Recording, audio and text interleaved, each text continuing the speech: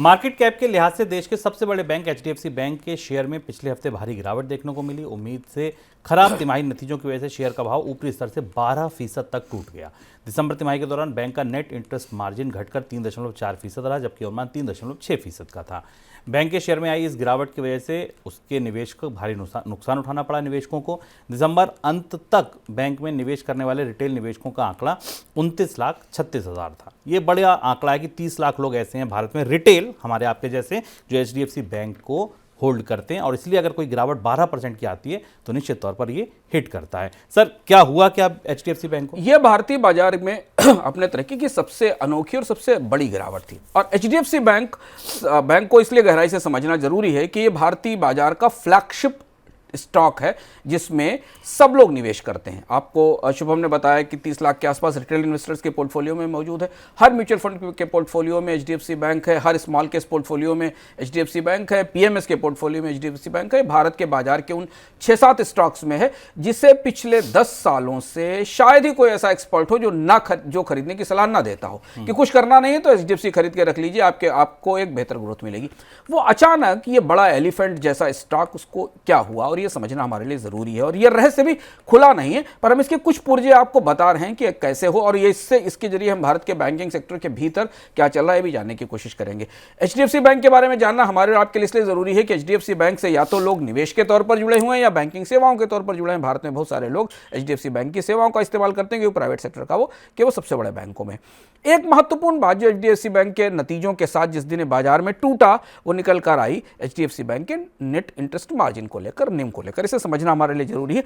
Net interest margin किसी भी bank के मुनाफे का सबसे महत्वपूर्ण संकेतक होता है, यानी कंपनी अपने कारोबार पर, बैंकिंग कंपनी अपने कारोबार पर कितना मुनाफा कमा रही है, क्योंकि इंटरेस्ट उसका मुख्य कारोबार है, ब्याज देना और ब्याज लेना।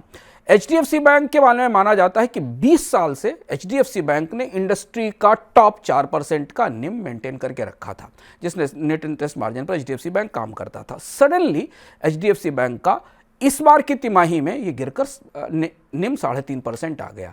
निम गिरने की खबर बाजार और निवेशकों के लिए चौंकाने वाली और प्रत्याशित थी, क्योंकि उनको लग रहा था कि बैंक के भीतर कुछ तो हो रहा है, लेकिन इतनी तेजी से गिरेगा इस बात की संभावना नहीं थी। मार्केट लीडर था। अब ये निम गिरा। निम क्यों गिरा, हुआ क्यों, इसको लेकर दो तरीके के संकेत हमें एचडीएफसी बैंक के आंकड़ों के भीतर से दिखाई दे रहे हैं जो हमारे लिए समझना जरूरी। पहली चीज तो ये कि एचडीएफसी बैंक में एचडीएफसी लिमिटेड का मर्जर हुआ, जो भारत के इतिहास का सबसे बड़ा मर्जर था। $60 बिलियन का मर्जर था। उस मर्जर के बाद जैसा कहा गया था उस समय, आपको याद होगा हम लोगों ने मनी सेंटर की चर्चा में भी कहा था कि ये मर्जर एचडीएफसी बैंक की सेहत को शुरुआत में डांवाडोल करेगा, और वो स्थिति हमारे सामने आ गई जो बात उस समय कही गई थी। एचडीएफसी बैंक के मर्जर से जो सबसे बड़ा असर दिखाई दिया वो दिखाई दिया एचडीएफसी लिमिटेड के मर्जर से एचडीएफसी बैंक के मार्जिन पर। एचडीएफसी बैंक का कासा शामिल नहीं होता है, क्योंकि एचडीएफसी लिमिटेड जो है वो लॉन्ग टर्म फिक्स डिपॉजिट जैसी स्कीमों पर से पैसा जुटाता है, और जब वो इसमें शामिल हुआ आकर तो करीब करीब एचडीएफसी बैंक की जो लायबिलिटीज़ थी वो 8% से बढ़कर 21% हो गई, और 21% की लायबिलिटीज़ और निम मार्जिन 4% से घटकर 3.5% आना, इन दो परिस्थितियों ने भारत के सबसे बड़े एलिफेंट जैसे बैंक को हिला दिया, और इसमें जो ट्रस्ट था वो हिला और उसका असर हमें बाजार में दिखाई दिया। अब यहां से दूसरी चुनौती शुरू होती है कि एचडीएफसी बैंक को अपनी इन चुनौतियों के समाधान के लिए नए डिपॉजिट्स की ज़रूरत है, अपने नेटवर्क के एक्सपेंशन की ज़रूरत है, पर इस समय डिपॉजिट्स जुटाना महंगा पड़ रहा है, और यही वो एक परिस्थिति है जिस परिस्थिति के कारण, ये दो महत्वपूर्ण कारण हैं, इसके अलावा भी कुछ और भी कारण है, पर मोटे तौर पर ये माना जा रहा है कि इस वजह से भारत का जो सबसे स्टार और सितारा बैंक था वो अचानक लड़खड़ाया, और लड़खड़ाया नहीं बल्कि वो तेजी से गिरा और दबाव में दिखाई दिया। बाकी निजी बैंकों की अगर बात करें वहां क्या तस्वीर बनती दिख रही है? ये भी बड़ा दिलचस्प है कि भारत के सारे निजी बैंकों की परिस्थिति में दो महत्वपूर्ण चीजें या दो खतरे के संकेत दिख रहे हैं, दो दरारें दिख रही हैं। ये महत्वपूर्ण है, स्टॉक इन्वेस्टर्स के लिहाज से समझना जरूरी है कि भारत के जितने निजी बैंक हैं उनकी सबकी प्रोविजनिंग्स बढ़ी हैं इस क्वार्टर में। ज़्यादातर बैंकों का मैं एक तरफ से रिजल्ट देखने की कोशिश कर रहा था, सारे प्राइवेट बैंक के नतीजे म्यूटेड हैं, अच्छे रिजल्ट नहीं है, और सबके की प्रोविजनिंग बढ़ी हुई है।